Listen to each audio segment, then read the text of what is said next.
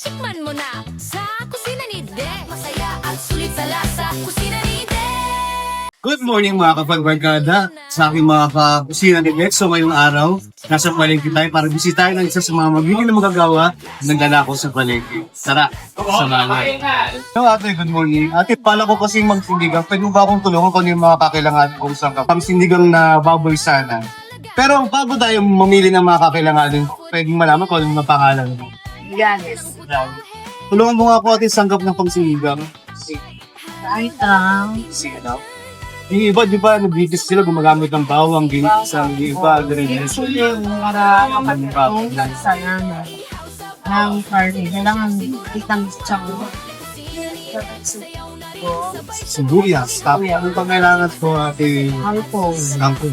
Kailangan natin ng malaking tsako. Tapos, yung iba naglalagay din ng okra, di ba? Ah. Yung iba, labanos. Oh, pwede din. Sige, Kumplitoy natin. mo ko niya. Sige. Para mas mas kabog na kabog yung ating sinigang. Yeah. Tapos, Tapos pag nagsigang ka sa baboy ate, anong gusto mong parte? Yung medyo may taba sa amin naman, di ba? Masarap yung gano'n nagkakayos. yan na. Bisita ka na yun. Pang-kubra.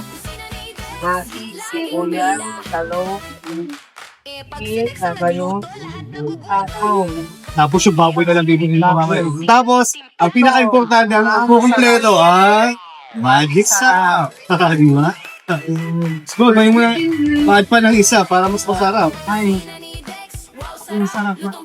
Yun, sarap. Tapos, alam mo ba na may surpresa ako sa'yo? Kasi itong mga pinamili ko, lulutuin ko yan. Pero, ikaw ang titikim ng lulutuin ko. Oo nga, seryoso. Uwe, sabi ka, seryoso nga. Babalik ako dito. Mapagiging ko sa'yo yan. Oh, inalaw mo sa kapal. Sigurado yan. Lalo kasama yung masarap. Sigurado. Yan. Sarap. Kapag sarap yan, pag may mati, sarap. Sige, ito na ba? Wala akong nakalimutan. Oh, yan. Hello. Laban niya. Okra, tapong, bitaw, tama, buyan. So, pwede ako mag-add ng silbi. Sabi rin, pwede ba? Para makalaki mo sa loob. Yung sakto yan. So, babalik po tayo. Parang mali-abi yung abili ko. Nasa yung na bag. Tingnan kita. Good morning mga kapanbarkada at good morning sa aking mga kakusina ni Dex. Welcome sa aking panibagong episode ng Kusina ni Dex. O kumusta yung mga past na recipe ko na iluto nyo na ba? For sure, baka pwede mag-comment dyan ko ano yung mga nagustuhan nyo sa mga sunod-sunod na putahin na ihanda ko sa inyo. So ngayong araw, ang lulutuin ko ay isa sa mga pinagmamalaki kong recipe ang sinigang ala Dex. Tara! Samahan niyo ako. Kanina nag-ready na tayo ng water, so nagpakulo na tayo. Then, add na natin yung ating pork. Aming version to mga kakusina ni Dex, pwedeng hipon, pwedeng baka, isda, pwede rin. Yan, ilagay lang natin lahat yung pork natin. Mga 1 kilo, okay na yun. Then, habang pinapakulo na natin, i-add natin yung ating onion. Make sure na nasa boiling point lang yung water natin para hindi mabigla yung karne natin. Add natin yung onion. Then yung bilin ko lagi, pag gagamit kayo ng onion, much better yung laso, yung maliliit. Kasi mas malasa yung maliliit na onion. Haluin lang natin. Add tayo ng hit sa pan natin. Then next natin ang ating gabi. Ito yung unahin natin kasi pag naluto na to, ito yung magpapalapot ng sabaw natin. Para sasabay siya sa texture ng karne natin kasi is matigas. Also yung gabi natin matigas. Pag nagsabay-sabay ito ng kulo, lapot na yung sabaw natin mamaya. Then mag-add tayo ng patis to taste.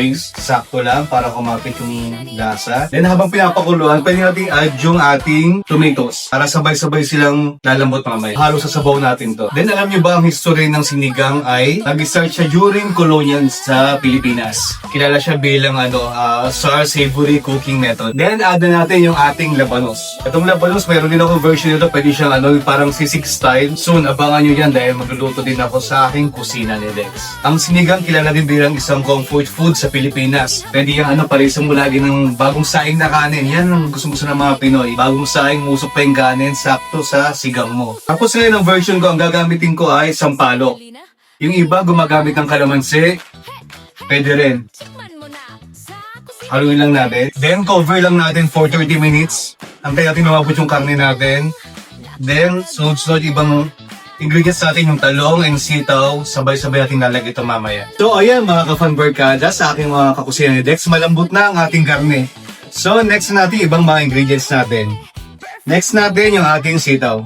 Ito yung pang finale kasi sasabay sa tigas yung karne natin. Then, make sure na nagugasahin na kami bago magluto. Then, next natin yung ating talong. And alam nyo ba na maraming variety yung sinigang? Pwedeng kamyas. Sa Batangas, sikat ang kamyas. Tapos, santol pwede rin. Tapos yung bayabas sa Bulacan, yan ang ginagamit nila pang sigang. Ang tawag nila dun ay sinigang sa bayabas. The best din yun. Pag naamoy yung aroma ng bayabas sa sigang, masarap din yun.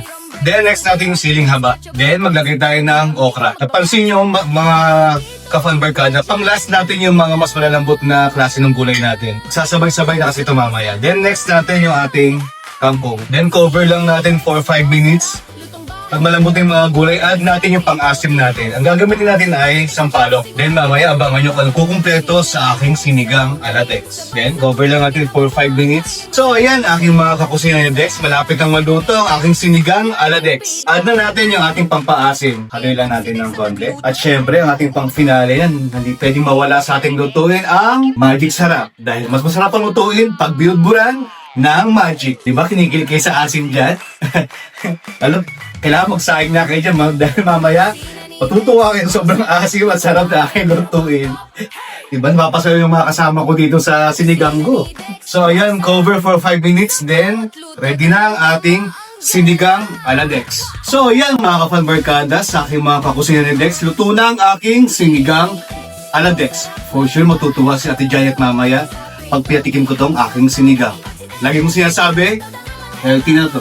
Kusina ni Dex, wow sarap. Lutong bahay pero pang tope. Gisa prito, ihaw sabaw. Pag si Dex ang chef, sigurado kang wow. Kusina ni Dex, sayaw na rin. Sabay sa tugtugin habang kumakain. Masarap, masaya at sulit sa lasa. Kusina ni Dex, laging bida.